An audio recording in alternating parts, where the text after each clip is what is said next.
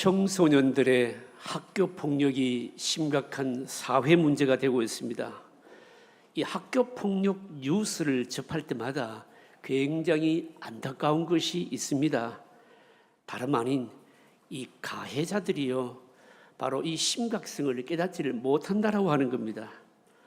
피해자는 트라우마에 시달리고 정상적인 생활을 하지 못하면서 굉장히 고통을 겪고 있는데, 가해자들이 하는 말을 들어보면요, 어떤 말을 하는가 하면 너무 금방 져서 손 좀 봐줬다, 뭐 이런 식으로 얘기를 합니다.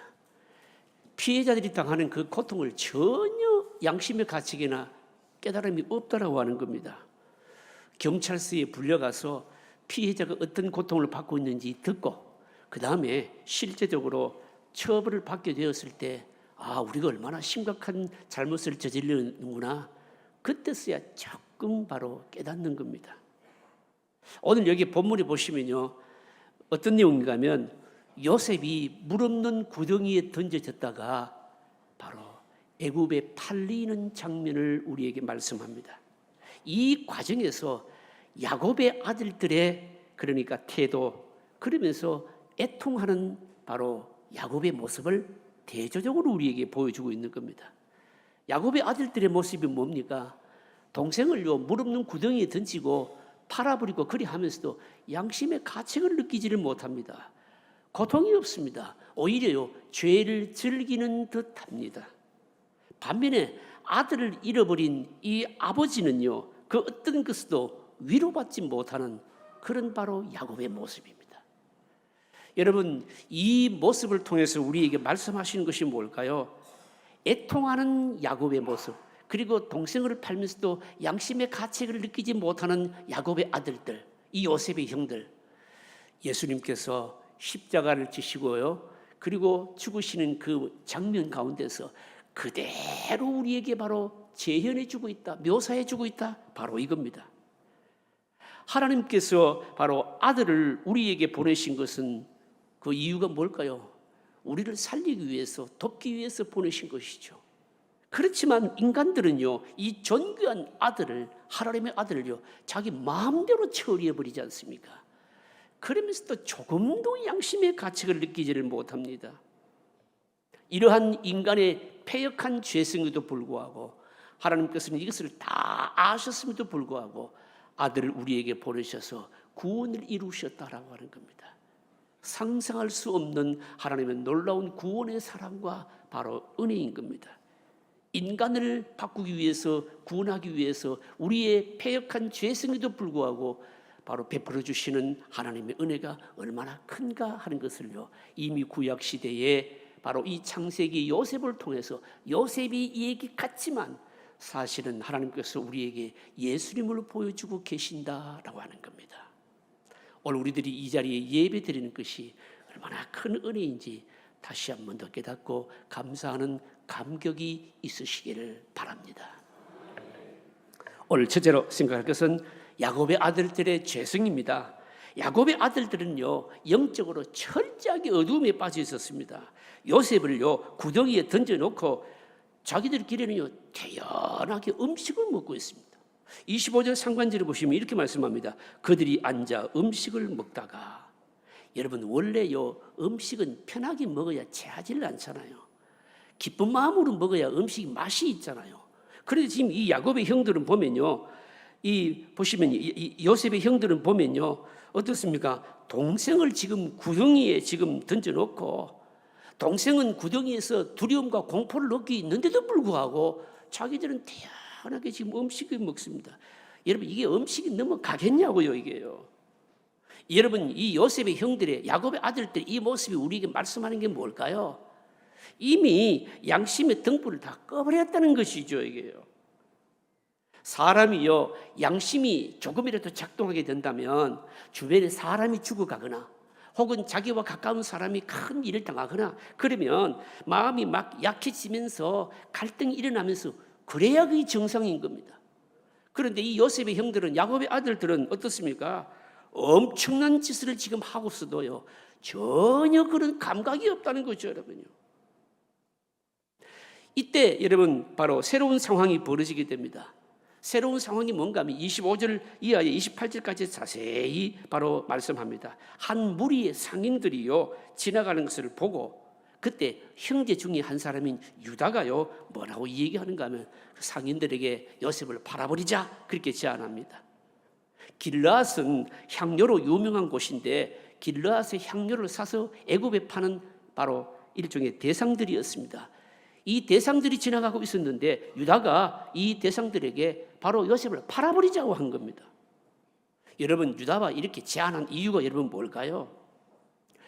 어차피 요셉을 제거하는 것이 목적이라면 굳이 죽일 필요가 있겠는가? 상인들에게 노예로 팔아버리면 평생 그만 노예로 있을 것이고 요셉은 제거되고 그리고 또 이 형제들은요 손에 피를 묻히지도 않고 또 요셉을 파니까 돈도 얻게 되고 여러분 어떻게 보면 얼마나 좋습니까? 그러면요 이 제안에 형제들이요 선뜻 동의를 하면서 은 20을 받고 요셉을 팔아버립니다.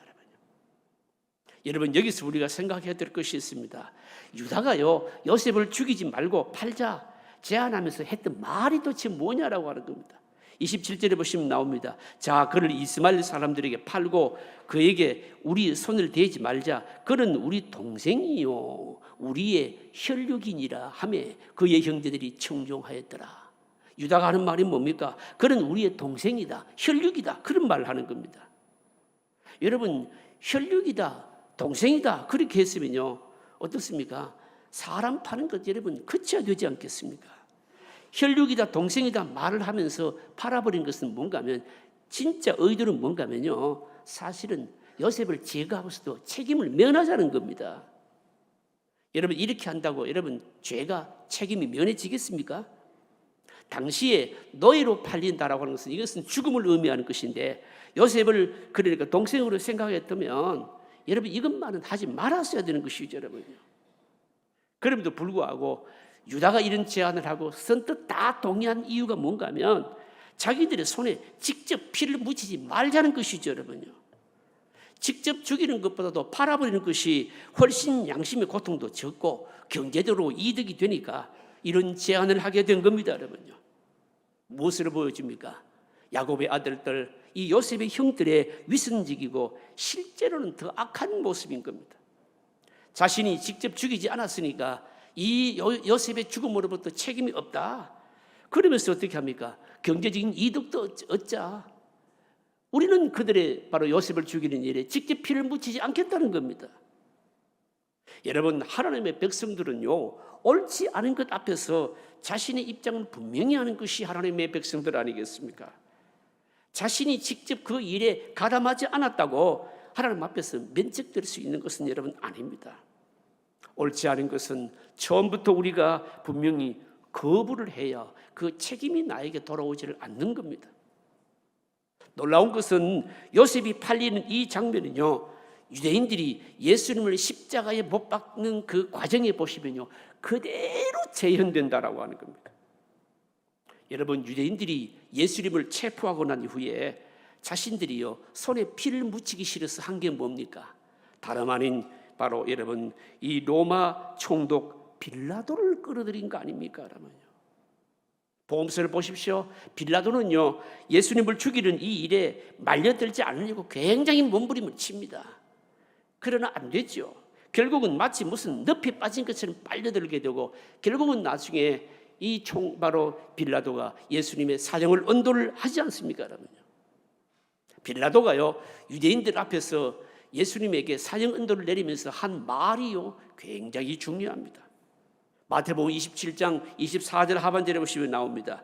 무리 앞에서 손을 씻으며 이르되 이 사람의 피에 대하여 나는 무죄하니 너희가 당하라. 이 사람의 피에 대하여 나는 무죄하니까 너희가 당하라. 이게 무슨 말입니까? 예수님의 죽음에 대해서 자기 책임이 없다는 거죠. 여러분요. 책임이 없을까요? 여러분 오늘도 우리가 고백하지 않았습니까? 그리스도인들이 예배를 드릴 때마다 사도신경을 통해서 늘 고백하는 게 뭡니까? 본디오 빌라도에게 고난을 받아서 십자가에 못 박혀 죽으시고 오늘도 계속 고백하지 않습니까? 손을 씻어도 소용이 없는 거죠. 여러분요. 빌라도는 기독교가 없어지지 않는 한 결코 지워질 수 없는 이름으로 남게 된 겁니다. 빌라도는 오고 오는 역사 속에서 죄인으로 남게 된 겁니다. 여러분, 요셉이 팔리는 장면이지만 사실은 구약 시대에 뭡니까? 예수님을 그대로 지금 고난을 보여주고 있는 겁니다. 여러분, 그뿐입니까? 예수님을 판 이 가룟 유다는요, 양심의 가책이 생겨서 대제사장과 장로들에게 예수님을 팔아서 받은 그 돈을요 도로 갖다 주면서 물러달라고 하잖아요. 그러나 아무도 여러분 그 돈을 받으려고 하질 않습니다. 결국 유다는요 그 돈을 성전에 그만 집어 던져버리고 스스로 목매어 죽잖아요. 그 돈은 피값이기 때문에 사람들은요 여러분 그것을 성전 궤에 넣지를 않고 나그네의 묘지를 구하는데 썼습니다. 여러분 생각해 보십시오. 야곱의 형제들이요, 야곱의 아들들이요, 요셉의 형들이요, 이 요셉을 판 돈을 가지고 뭐 했을까요? 뭐 성경이 자세하게 얘기하고 있지 않지만 분명히 나누어 가지지 않았겠습니까? 돈을 나누어 가지고 경제적으로 이득을 취했을는지는 모르지만 요셉이 살아 돌아올 때까지 이 형제들은요 양심의 고통을 겪게 되는 겁니다. 왜 그럴까요? 그들이 받은 그 돈이 각자 그 죄에 동참했다고 하는 증거이고 표지이기 때문에 그렇습니다. 사랑하는 성도님 여러분, 야곱의 아들들의 이 모습을 통해서 우리에게 지금 밝혀주는 것이 뭘까요? 우리 인간의 죄성을 밝혀주고 있는 겁니다. 소망 없는 인간들이라는 거 아니겠습니까? 여러분, 우리에게 소망이 있을 때가 언제일까요? 우리 안에 있는 죄성을 인정할 때 소망이 있는 겁니다. 우리 안에 있는 죄성을 여러분 자각하게 될 때 그래도 우리의 마음에 뭔가 좀 양심의 브레이크가 작동하지 않겠습니까? 이 야곱의 아들들을 보면서 요셉의 형들을 보면서요 사람에게 우리가 참 별로 희망을 걸 게 없구나 하는 것을 깨닫습니다.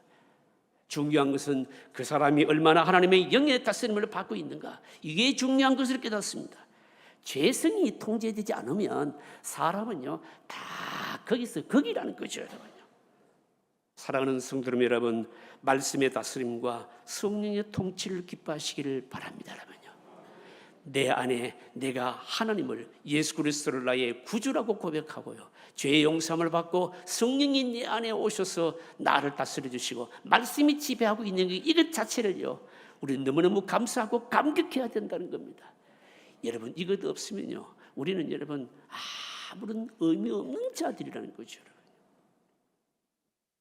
오늘 둘째로 생각할 것은요 르우벤의 탄식입니다. 야곱의 아들들 중에서 요셉을 살리려고 했던 바로 유일한 가장 인물이 누구였는가 하면요 르우벤이었습니다. 우리가 지난주에 말씀을 들었습니다. 처음에 형제들이요 요셉을 죽이려고 했을 때 죽이지 말고 구덩이에 던지자 그렇게 하면서 요셉으로 죽음을 면하게 한 사람이 누구였는가 하면 르우벤이었습니다. 그런데 여러분 르우벤이 왜 이렇게 했을까요? 르우벤은 여러분 다름 아닌 사실은요 가장 큰 죄를 저지른 사람인 겁니다. 르우벤이 이렇게 바로 요셉을 구하려고 하고 이 르우벤이 잠시 자리를 비운 사이에 그만 어땠습니까? 이 형제들이요 그만 요셉을 팔아버린 겁니다. 여러분요. 르우벤이 다시금 자리에 돌아와 보니까 구덩이에 요셉이 없습니다. 여러분 이때 르우벤이 보인 반응이 뭔가 하면요 옷을 찢으면서 막 탄식을 한 겁니다. 한번 보실까요? 29절 30절입니다. 29절 30절을 같이 읽으실까요? 르우벤이 돌아와 구덩이에 이르러 본즉 거기 요셉이 없는지라 옷을 찢고 아우들에게로 되돌아와서 이르되 아이가 없도다 나는 어디로 갈까? 여러분 여기서 르우벤의 말에 우리가 주목해야 될 말이 뭔가 하면 아이가 없도다 나는 어디로 갈까? 이 말입니다. 여기에 어디로 갈까? 이 말은요 이제 어떻게 하면 좋은가? 이 넓은 천지에 어디에 가서 요셉을 찾을 수 있을 것인가? 이런 탄식의 말인 겁니다. 여러분 르우벤의 이 탄식의 말이 여러분 뭘 의미하는 것일까요? 여러분요 말씀드린 대로 르우벤은요 아버지의 첩과 동침을 하는 어마어마한 죄를 저지르지요. 그 죄를 갚는 유일한 길은 아버지가 사랑하는 요셉을 바로 살리는 것이라고 생각한 겁니다. 그런데 요셉이 딱 없어지고 나니까 이제 아버지 앞에서 영원히 바로 자신의 부끄러움을 씻을 수 있는 길이 없어져 버렸다. 이것 때문에 바로 탄식하면서 나는 어디로 갈까? 이렇게 탄식하고 있는 겁니다. 여러분, 르우벤이 요셉을 살리지 못한 이유가 뭘까요? 요셉을 살리고 싶었지만 르우벤은 그런 힘이 없었습니다. 힘이 없었을 뿐만 아니라 바로 그에게는요, 요셉에게 영향을 미칠 만한 이런 정당성이 바로 없었던 것입니다. 왜 그럴까요? 형제들이 이 르우벤의 죄를 다 알고 있었거든요. 너무 엄청난 죄를 저질렀기 때문에 그의 말이, 르우벤이 장자였음에도 불구하고 그의 말이 먹히질 않는 겁니다. 아무도 말을 들어주질 않는 겁니다. 여러분요, 형제를 설득해서 바로 요셉을 구출하기는요, 정당성이 없었다는 겁니다. 그의 말을 들어줄 리가 없었다는 거죠. 여러분, 이게 우리에게 말씀하는 것이 뭘까요? 여러분, 죄인은요, 다른 죄인을 걱정해 주는 거 아무런 소용이 없다는 거 아니겠습니까? 가끔 그런 경우 있습니다. 어떤 사람은요, 보면 자기가 엄청나게 죄를 저지르면서도 보면요, 다른 사람 죄를 걱정하는 그런 경우가 여러분 있습니다. 여러분, 내 죄 문제를 해결해야지. 내 코가 석자인데 뭐 다른 사람 죄 문제를, 다른 사람의 죄 문제는 하나님께서 해주시기를, 처리해 주시기를 맡기고요, 언제나 자기를 돌아보는 것이 여러분 중요한 것이죠. 여러분, 이 점에 있어서 우리가 여러분 예수님을 또 보지 않습니까? 예수님은 어떤 분이십니까? 예수님은요, 자기가 전혀 죄가 없으신 분이심에도 불구하고 우리 죄를 친히 용서하실 수 있는 깨끗한 제물이셨습니다. 자신이 전혀 죄가 없으셨기 때문에 우리의 죄를 위해서 바로 죽으심으로 말미암아 그 십자가의 죽으심에 바로 희생 제사의 효력이 우리에게 미칠 수가 있었던 것입니다. 놀라운 것은요, 그 다음에 일어난 일을 보게 되면 르우벤이 형제들 사이에 얼마나 무력했는지 그대로 봅니다. 31절 32절에 보시면 이렇게 말씀합니다. 그들이 요셉의 옷을 가져다가 숫 염소를 죽여 그 옷을 피에 적시고 그의 채색옷을 보내어 그의 아버지에게로 가지고 가서 이르기를 우리가 이것을 발견하였으니 아버지 아들의 옷인가 보소서 하며, 형제들은요, 요셉의 옷에 염소 피를 발라가지고 요셉이 짐승에게 물려 죽였다고 거짓말한 겁니다. 이거 거짓말이잖아요. 그런데 요셉이요, 이 르우벤이요, 형제들이 이 거짓말에 아무런 말을 못하는 겁니다. 못하는 이유가 뭘까요, 여러분? 그만큼 영향이 없었다는 것이죠. 흥미로운 게 있습니다. 요셉이 여러분 짐승에게 죽은 것처럼 아버지를 감쪽같이, 여러분 야곱의 아들들이 아버지를 속이잖아요. 아버지 아들들이 속이는데 아버지 야곱이요 꼴딱 속습니다. 근데 여러분, 이 속이는 모습을 보면서 우리에게 아주 흥미로운 교훈을 하나 주십니다. 그게 뭘까요?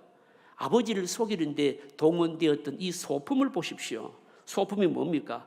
옷과 염소인데요, 이게 사실은요, 야곱이요 아버지 이삭을 속일 때 속였던 거하고 똑같습니다.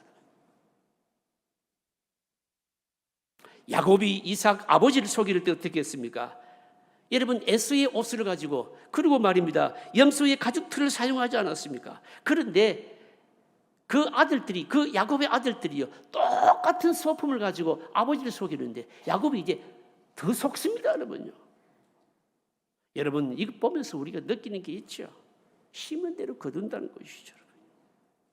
아버지를 속였던 이 야곱이요 아들들에게 똑같이 말입니다, 더 심하게 속고 있습니다. 여러분, 하나님의 백성들이 이 땅을 살아가면서 속거나 속이거나 아프게 하는 일 없이 여러분 건강한 뭡니까? 양심을 가지는 것이 대단히 여러분 중요합니다. 주목할 게 있습니다. 여러분, 어떻게 야곱의 이 아들들이요 요셉의 형들이 여러 명이잖아요. 이 여러 명들이 거짓 증거에 어떻게 해서 이렇게 완전히 하나가 될 수 있었겠느냐 이겁니다. 어떻게 이렇게 하나가 될 수 있었을까요? 돈의 힘이었던 겁니다. 아니면요 집단적인 이기주의가 발로했던지 둘 중에 하나였을 것입니다. 아무래도 요셉을 판 돈을 받은 자들이요, 여러분 돈 받았으면요 먹었으면 여러분 그 다음에 입을 못 여는 겁니다. 르우벤이요 어디로 갈까? 나는 어디로 갈까? 아무리 탄식을 해도 다 돈을 받았기 때문에 꿈쩍도 하지 않는 겁니다. 여러분 가끔 이런 것을 봅니다. 가족 중에 한 사람이 정신병에 걸려서 그 정신병에 걸린 그 가족 한 사람 때문에 온 가족들이 삶이 막 파괴되는 이런 모습을 보게 됩니다. 가족들이 할 수 없이 그 가족을 멀리 정신병원에 입원시키고 나서 그 가족을 자꾸 잊어버리려고 하는 그런 경우가 있습니다, 여러분요. 식구들 모두가요, 그 한 사람 감당하기가 너무너무 힘들기 때문입니다. 그런데 여러분, 이와는 달리요, 멀쩡한 사람을 정신병자로 몰아서 병원에 놓고 유산을 가로채거나 아니면요, 죄를 저지른 그런 사람도 여러분 있거든요. 이 요셉의 형제들은요, 멀쩡한 사람을 노예로 팔아버린 이후에 사람이 죽은 것으로 만들어버린 겁니다. 어떻습니까? 그리고 나서요, 요셉을요, 자기들이 기억에서 영영 지워버리려고 한 겁니다. 여러분, 이것 보게 되면 성경 말씀이 우리에게 생각나죠. 어떤 말씀이 생각나는가 하면 예레미야 17장 9절의 말씀이 생각납니다. 뭡니까? 하면요, 만물보다 심히 부패한 게 뭐라고요? 우리 인간의 마음이라는 거죠. 악한 짐승 중에 가장 악한 것이 뭡니까? 바로 사람이다 라고 하는 것을 이 요셉의 형들, 야곱의 아들들을 통해서 우리에게 보여주고 있는 겁니다. 사랑하는 성도님 여러분, 요셉을 동생을 팔아먹는 이 형제들의 행위, 여러분 어떻게 여러분 이걸 사함을 받을 수가 있겠습니까? 여러분, 인간의 부패한 속성을 보여주고 있는 겁니다. 사랑하는 성도님 여러분, 사람은 예수님이 그 안에 중심이 없고 하나님의 영이 없고 말씀이 없으면요, 별로 희망을 가질 게 없는 것이 우리 인간의 모습인 겁니다. 요셉의 형들을 통해서 폭로하는 것이 뭘까요? 하나님 없는 백성들을, 여러분 이스라엘이라고 하지만 말씀의 다스림을 받지 않으면요, 별것 없다는 것을 우리에게 보여주지 않습니까? 여러분? 사랑하는 성도님 여러분, 하나님이 우리 안에 늘 거하시고 하나님의 은혜가 떠나지 아니하고 말씀의 다스림이 늘 있기를 간구하시기를 바랍니다. 여러분요. 그래야 하나님의 은혜가 조금이라도 임할 수가 있는 것이고요, 그래야 뭡니까? 세상 사람들과 다른 여러분 구원의 백성으로서의 복을 누릴 수가 있는 겁니다. 오늘 마지막으로 생각할 것은 바로 통곡하는 야곱입니다. 야곱의 아들들이 자기들이 저지른 이 죄의 심각성을 깨닫는데 언제 깨닫는가 하면요, 요셉의 죽음을 확인한 아버지 야곱이 보인 태도를 보았을 때입니다. 이 태도가요 조금 깁니다. 33절부터 35절까지인데 한번 여러분 읽어보십시다. 3절부터 35절까지 같이 읽습니다. 아버지가 그것을 알아보고 이르되 내 아들의 옷이라 악한 짐승이 그를 잡아먹었도다. 요셉이 분명히 찢겼도다 하고 자기 옷을 찢고 굵은 배로 허리를 묶고 오래도록 그의 아들을 위하여 애통하니 그의 모든 자녀가 위로하되 그가 그 위로를 받지 아니하여 이르되 내가 슬퍼하며 스올로 내려가 아들에게로 가리라 하고 그의 아버지가 그를 위하여 울었더라. 야곱의 아들들은요, 아들이 많은데 그냥 한 아들 그냥 죽었다, 처음에는 좀 슬퍼하겠지만 곧 시간이 지나고 나면 아버지가 포기하고 잊을 줄 알았습니다. 그런데 야곱의 애통은 어떻습니까? 요셉을 잃어버리고 나서는요, 애통이 그냥 애통이 아니었습니다. 그칠 줄을 몰랐고요, 다른 아들들이 아무리 위로를 해도 위로가 되질 않았던 겁니다. 여러분, 야곱의 이 애통이 주시는 교훈이 뭘까요? 여러분요, 그렇게 요셉을 사랑하고 보호하기 위해서 애쓴 아버지가 아들을 지켜내지 못한다는 거 아니겠습니까? 여러분, 내 손에 쥐고 있는 것들이 언제든지 내 손에서 사라질 수 있다는 것을 알고 우리가 늘 살아야 되는 겁니다. 내가 쥐고 있다고 해서 그건 내가 아닙니다. 여러분, 야곱에게 요셉은 어떤 존재입니까? 여러분, 완전 생명이었죠. 여러분요. 그래도 어떻습니까? 자기 지키기를 그렇게 원했지만 지키실 수가 없다는 거죠. 여러분, 야곱의 삶의 특징이 뭡니까?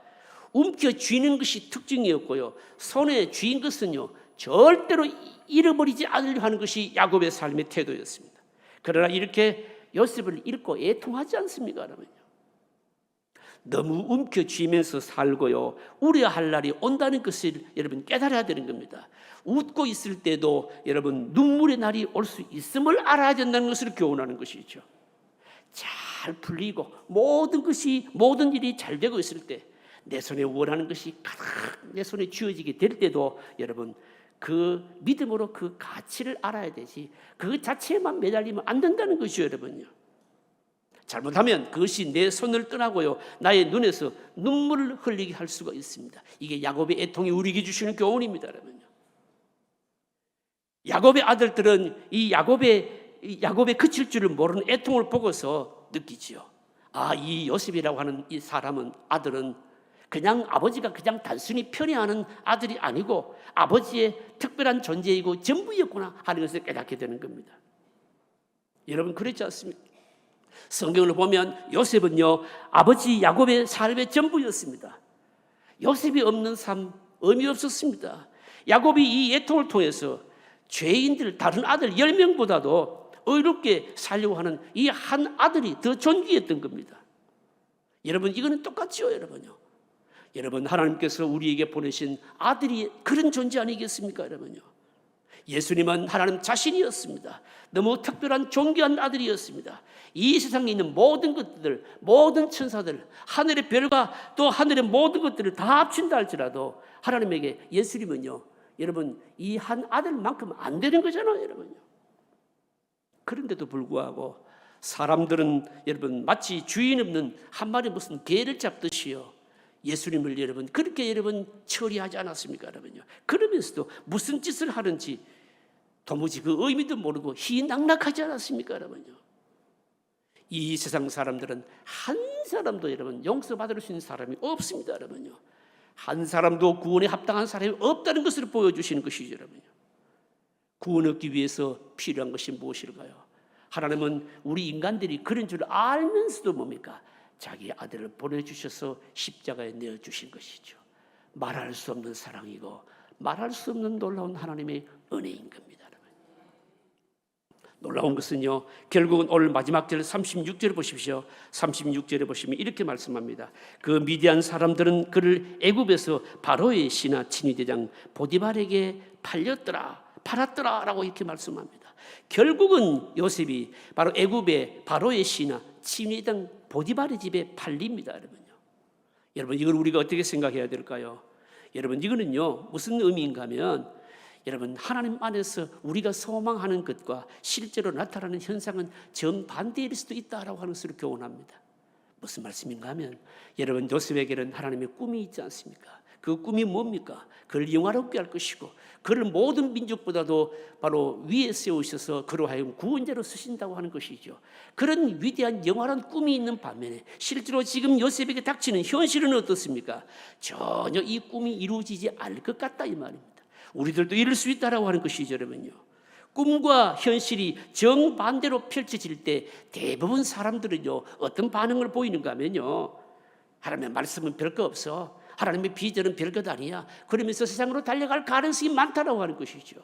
그런데 여러분, 그때 어떻게 해야 될까요? 그때 진짜 하나님의 백성들은요 말씀을 붙들고 끝까지 인생 바닥으로 여러분 후회하지 말고 내려가야 된다고 하는 것입니다. 왜 그럴까요? 바닥으로 내려가게 되면 거기서 다시 솟아오를 수 있는 길이 있기 때문인 겁니다.